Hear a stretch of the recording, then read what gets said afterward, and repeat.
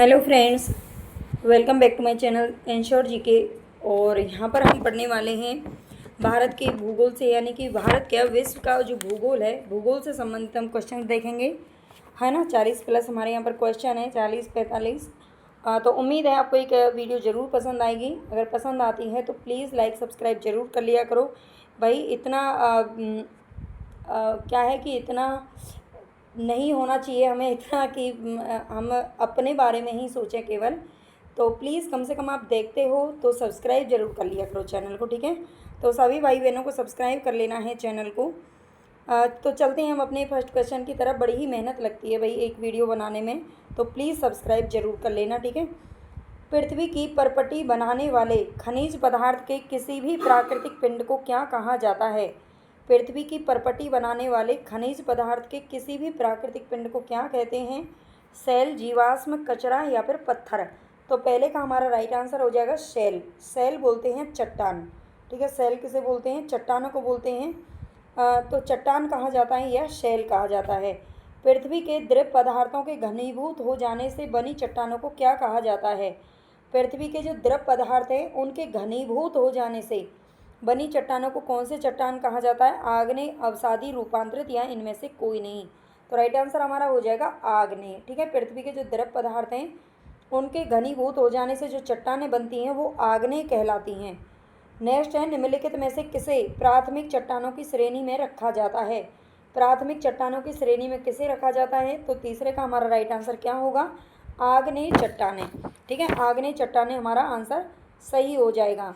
आगे क्वेश्चन है, आग्नेय सेल कहलाती हैं। आग्नेय सेल कौन सी कहलाती हैं? कठोर सेल, मौलिक सेल या फिर गौण सेल, या इनमें से कोई नहीं। तो चौथे का हमारा करेक्ट आंसर क्या होगा? मौलिक सेल, ठीक है। मौलिक सेल कहलाती हैं आग्नेय सेल जो होती हैं, ठीक है। ये किसी से भी मतलब कठोर भी नहीं होती हैं, गौण नहीं होती है, मौलिक सेल होती हैं। निर्माण की दृष्टि से निम्नलिखित में से कौन सी चट्टान है जो सर्वाधिक प्राचीन है? निर्माण की दृष्टि से निम्न में से कौन सी चट्टान सर्वाधिक प्राचीन है? तो 5 का हमारा राइट आंसर क्या हो जाएगा? आग्नेय चट्टान, ठीक है। जो आग्नेय चट्टान है सबसे प्राचीन है, ये आपको ध्यान रखना है। आग्नेय चट्टानें बनती कैसे हैं? तो गर्म लावा के ठंडे होने से, पर्वतों के गिरने से, भूकंप से, या इनमें से कोई नहीं। तो 6 का हमारा राइट आंसर हो जाएगा ए, गर्म लावा के ठंडे होने से। लावा आप जानते हो, कल की वीडियो में हमने पढ़ा था ज्वालामुखी के बारे में, है ना। ज्वालामुखी से संबंधित क्वेश्चन थे हमारे, और जो कि बहुत ही इंपॉर्टेंट थे, और आप समझते होंगे कि लावा किसे कहते हैं। तो राइट आंसर हमारा हो जाएगा गर्म लावा जब निकलता है ज्वालामुखी के मुख से और जब वो बाहर फैल जाता है तो वहाँ पर ठंडा होने के बाद में आग्नेय चट्टानों का रूप धारण करता है। आगे हमारा क्वेश्चन है 7, मोह स्केल से निम्नलिखित में से किसका मापन किया जाता है? आकाशीय पिंडों की दूरियां, बहते हुए जल की गति, वायुयानों एवं जलयानों की गति, या चट्टानों की कठोरता। तो 7 में हमारा करेक्ट आंसर क्या हो जाएगा? डी हो जाएगा, चट्टानों की कठोरता का, ठीक है। मोह स्केल क्या मापता है? चट्टानों की कठोरता को मापता है। निम्नलिखित में से कौन सा आग्नेय चट्टान का एक प्रकार है? आग्नेय चट्टान का एक प्रकार कौन सा है? तो 8 का हमारा राइट आंसर क्या हो जाएगा? ग्रेनाइट हो जाएगा, ठीक है। ग्रेनाइट हमारा बिल्कुल करेक्ट है, आग्नेय चट्टान का ही प्रकार है, ठीक है। ग्रेनाइट जो होता है, और ग्रेनाइट आप सभी समझते होंगे क्या होता है। जो सेल शेष अन्य से भिन्न है वो कौन सी है? जो सेल शेष अन्य से भिन्न है, क्वार्टजाइट, ग्रेनाइट, नीस या फिर संगमरमर। तो 9 का हमारा राइट आंसर क्या हो जाएगा? बी हो जाएगा, ग्रेनाइट, ठीक है। ग्रेनाइट हमारी कौन सी है? आग्नेय सेल है, और ये सभी बाकी की अलग हैं, ठीक है। भूगर्भ में विशाल आकार की गुंबदा आकार आग्नेय चट्टान को निम्नलिखित में से किस नाम से जाना जाता है? वेचोलिथ, लेकोलिथ, फेकोलिथ या लोकोलिथ। तो 10 का हमारा राइट आंसर क्या हो जाएगा? वेचोलिथ, ठीक है। वेचोलिथ कहते हैं भूगर्भ यानी कि पृथ्वी के अंदर विशाल आकार की जो गुंबद आकार की आग्नेय चट्टानें होती हैं उसे वेचोलिथ कहा जाता है। नेक्स्ट है, निम्नलिखित में से किस सेल में उन पौधों, जानवरों और अन्य सूक्ष्म जीवों के जीवाश्म हो सकते हैं जो कभी उन पर रहते थे? कौन सी सेल ऐसी होती हैं जिन पर पौधे, जानवर और अन्य सूक्ष्म जीवों के जीवाश्म होते हैं जो कभी उन पर रहने वाले थे? कायांतरित सेल, अंतर्वेदी आग्नेय सेल, अवसादी या फिर बहिर्वेदी सेल। तो राइट आंसर हमारा हो जाएगा, एक मिनट, ये बी और सी थोड़ा ऊपर नीचे हो गया था, मैं आंसर चेक कर लेती हूँ कहीं गड़बड़ हो जाए।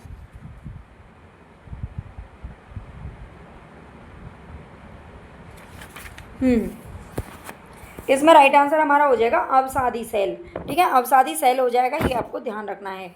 नेक्स्ट है क्वेश्चन, धरातल के सर्वाधिक भाग पर निम्नलिखित में से किस चट्टान का विस्तार पाया जाता है? धरातल के सर्वाधिक भाग पर, सबसे अधिक भाग पर किस चट्टान का विस्तार पाया जाता है?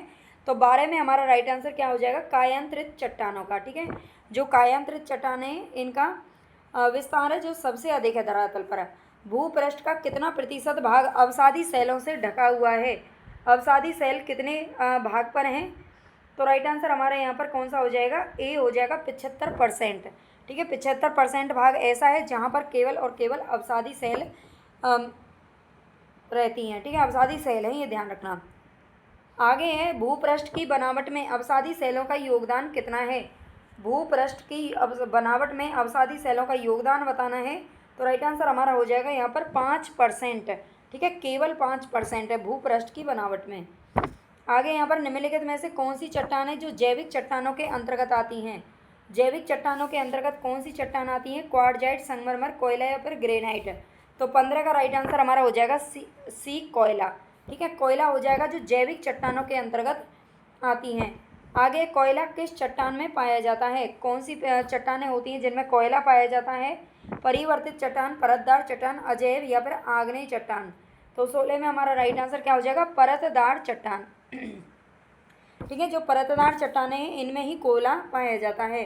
पेट्रोलियम यानी कि खनिज तेल किन चट्टानों में पाया जाता है? आग्नेय, नवीन संस्तरित, प्राचीन संस्तरित या परिवर्तित चट्टान? तो 17 का हमारा राइट आंसर हो जाएगा प्राचीन संस्तरित। ठीक है, जो प्राचीन संस्तरित होती है इन चट्टानों में पेट्रोलियम मिलता है, खनिज तेल मिलता है, जो कि हम पृथ्वी के नीचे से ही निकालते हैं हमेशा। निम्नलिखित में से कौन है जो परतदार चट्टान नहीं है? चूना पत्थर, बालू का पत्थर, सेल या फिर क्वार्टजाइट? तो 18 में हमारा राइट आंसर हो जाएगा क्वार्टजाइट।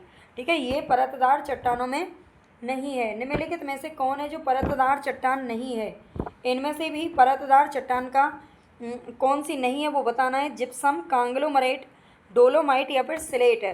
तो 19 का राइट आंसर हमारा हो जाएगा सिलेट। ये सिलेट जो होती हैं वो परतदार चट्टान नहीं है। निम्नलिखित में से कौन है जो विलग प्रकार की चट्टान है? विलग प्रकार की चट्टान कौन सी है? तो 20 का हमारा करेक्ट आंसर कौन सा होगा बताएं आप।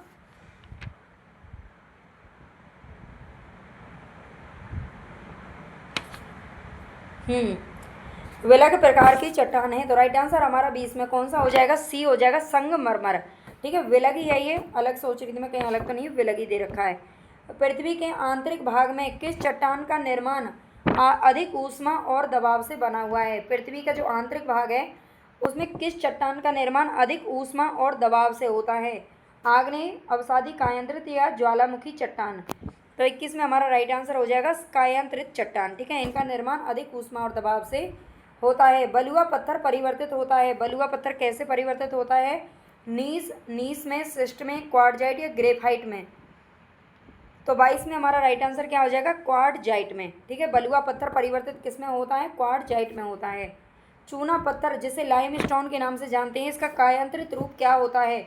चूना पत्थर का कायांतरित रूप क्या है? संगमरमर, स्लेट, ग्रेनाइट या क्वार्टजाइट? तो 23 में हमारा राइट आंसर हो जाएगा संगमरमर। ठीक है, जो चूना पत्थर है इसका कायांतरित रूप है संगमरमर। निम्नलिखित में से कौन सी जो रूपांतरित चट्टान है?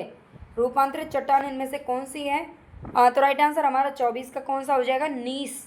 ठीक है, जो नीस है ये रूपांतरित चट्टान होती है। निम्नलिखित में से कौन सी है जो कायांतरित चट्टान है?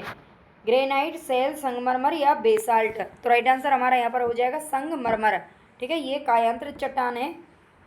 नीस चट्टान निम्नलिखित में से किस कोटि की है? आग्नेय, परतदार, परिवर्तित या ज्वालामुखी? तो राइट आंसर हमारा हो जाएगा सी, परिवर्तित। ठीक है, जो नीस चट्टान है वो परिवर्तित चट्टान है। बेसाल्ट के रूपांतरण के फलस्वरूप किस चट्टान का निर्माण होता है? बेसाल्ट के रूपांतरण के फलस्वरूप किस चट्टान का निर्माण होता है? पेगमाइट, सर्वेंटाइन, एम्फीबोलाइट या फाइलाइट? तो 28 में हमारा राइट आंसर क्या हो जाएगा?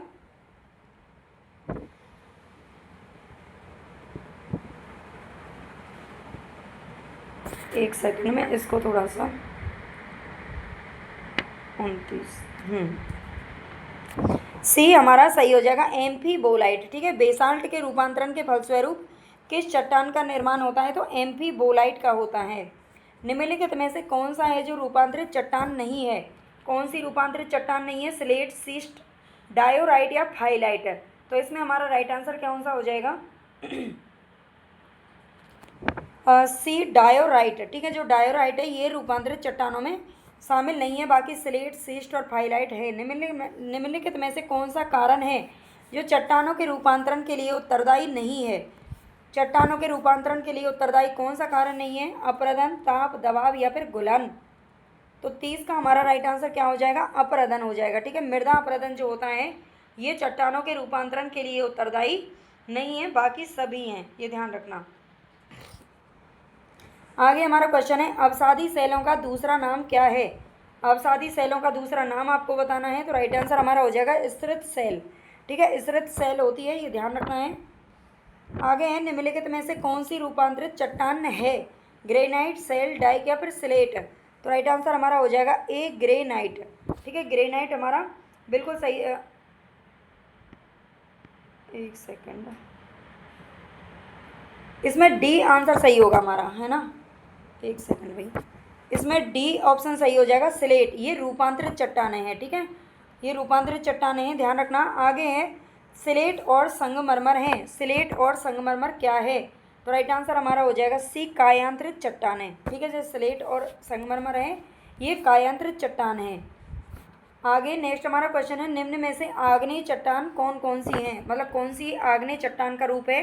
स्लेट, लाइमस्टोन, ग्रेनाइट या क्वार्टजाइट। तो अभी हमने पीछे देखा था ग्रेनाइट। ठीक है, ग्रेनाइट जो होती है आग्नेय चट्टान का रूप होती हैं। नेक्स्ट है रूपांतरित चट्टानों की उत्पत्ति चट्टानों से होती है। जो रूपांतरित चट्टान होती हैं उनकी उत्पत्ति किस प्रकार की चट्टानों से होती है? तो राइट आंसर हमारा हो जाएगा आग्नेय और तलछटी दोनों से। ठीक है, रूपांतरित चट्टानों की उत्पत्ति आग्नेय और तलछटी दोनों प्रकार की चट्टानों से होता है।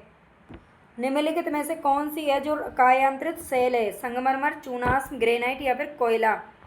तो 36 में हमारा करेक्ट आंसर क्या होगा? संगमरमर। ठीक है, संगमरमर हमारा सही हो जाएगा, ये कायांतरित सेल है। निम्नलिखित में से कौन रूपांतरित चट्टान नहीं है? इनमें से कौन सी है जो रूपांतरित चट्टान नहीं है? स्लेट, स्फटिक, संगमरमर या फिर ग्रेनाइट। तो 37 में हमारा करेक्ट आंसर कौन सा हो जाएगा? डी सही हो जाएगा, ग्रेनाइट। ठीक है, ये रूपांतरित चट्टान नहीं है, ये आग्नेय चट्टानों में है ना। आग्नेय चट्टान का उदाहरण है, आग्नेय चट्टान का उदाहरण कौन सा है? बालू पत्थर, संगमरमर, क्वार्टजाइट या फिर बेसाल्ट। तो राइट आंसर हमारा कौन सा हो जाएगा? आग्नेय चट्टान का उदाहरण इनमें से कौन सा है? बेसाल्ट। ठीक है, बेसाल्ट, ग्रेनाइट ये किस में आती हैं? आग्नेय में आती हैं। किस प्रकार की चट्टान को जैविक अवसादी चट्टान माना जा सकता है? जैविक अवसादी चट्टान इनमें से किसको माना जाता है? तो राइट आंसर हमारा क्या हो जाएगा? संगमरमर, चूना पत्थर, बॉक्साइट या फिर ग्रेनाइट। तो चूना पत्थर को माना जाता है। ठीक है, ये जैविक अवसादी चट्टान होता है। निम्नलिखित में से कौन सा एक द्वितलीय आग्नेय सेल का उदाहरण है? बेसाल्ट, ग्रेनाइट, स्लेट या फिर डोलोमाइट। तो इसमें हमारा राइट आंसर क्या हो जाएगा? इनमें से द्वितलीय आग्नेय सेल का उदाहरण कौन सा है? तो राइट आंसर हमारा हो जाएगा बी, ग्रेनाइट। ठीक है, ग्रेनाइट हमारा आंसर सही हो जाएगा। निम्नलिखित में से कौन सा मृत सेल है? इनमें से मृत सेल कौन सा है? अवसादी, आग्नेय, कायांतरित या फिर कोई नहीं। तो राइट आंसर हमारा हो जाएगा आग्नेय, ये मृत सेल है। ठीक है,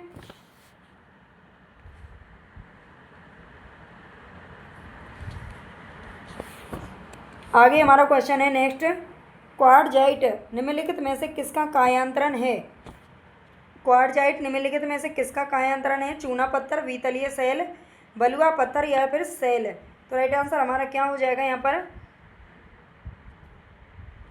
बलुआ पत्थर। ठीक है, ये क्वार्टजाइट निम्नलिखित में से किसका कायांतरण है? तो ये बलुआ पत्थर का है। और चूना पत्थर का क्या है? संगमरमर। निम्नलिखित में से कौन सी आग्नेय सेल नहीं है? गब्रो, ग्रेनाइट, डोलोमाइट या फिर बेसार। बेसार हमारा राइट आंसर इनमें से कौन सा होगा? बेसाल्ट है ये, है ना। ये क्या है? बेसाल्ट है, मैं लिख देती हूँ यहाँ पर। तो बेसाल्ट तो हमने पीछे पढ़ा था, बेसाल्ट और ग्रेनाइट तो होती हैं।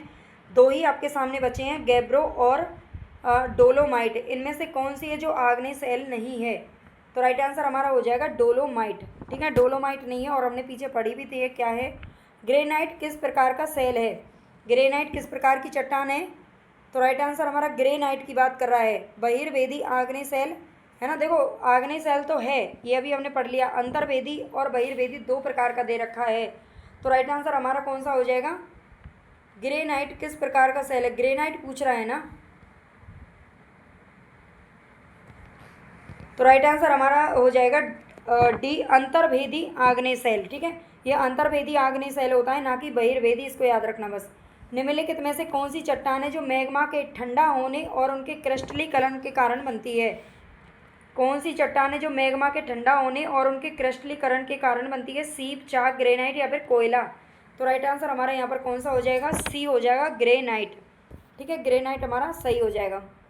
निम्नलिखित में से कौन सी अवसादी चट्टान की विशेषता है, अवसादी चट्टान की विशेषता कौन सी है, तो सिली भवन, जो सिली भवन है ये अवसादी चट्टानों की विशेषता है। ठीक है, तो हमारे यहाँ पर क्वेश्चन खत्म हुए। अगर आपको पसंद आई ये क्लास तो प्लीज़ प्लीज़ प्लीज़ सब्सक्राइब जरूर कर लेना चैनल को। ठीक है, अभी नया है चैनल, और कल से मैं थोड़ा सा अलग से क्वेश्चन कराने की कोशिश करूँगी। थोड़े से मुझे लग रहा है ये कठिन है, हालांकि कठिन नहीं है, देखो पेपर के पैटर्न को हिसाब से देखते हुए तो क्वेश्चन सही हैं, लेकिन फिर भी मैं थोड़ा बेसिक चीज़ें कराऊंगी। और उम्मीद है कि आपको क्लास ज़रूर पसंद आएंगी और आपके लिए हेल्पफुल भी रहेंगी। तो प्लीज़ ज़रूर सब्सक्राइब कर लेना। ठीक है, सबसे पहले तो आप सब्सक्राइब कर लेना, कमेंट में बता देना अच्छा लगे तो आपको क्लास कैसी लगी है। धन्यवाद।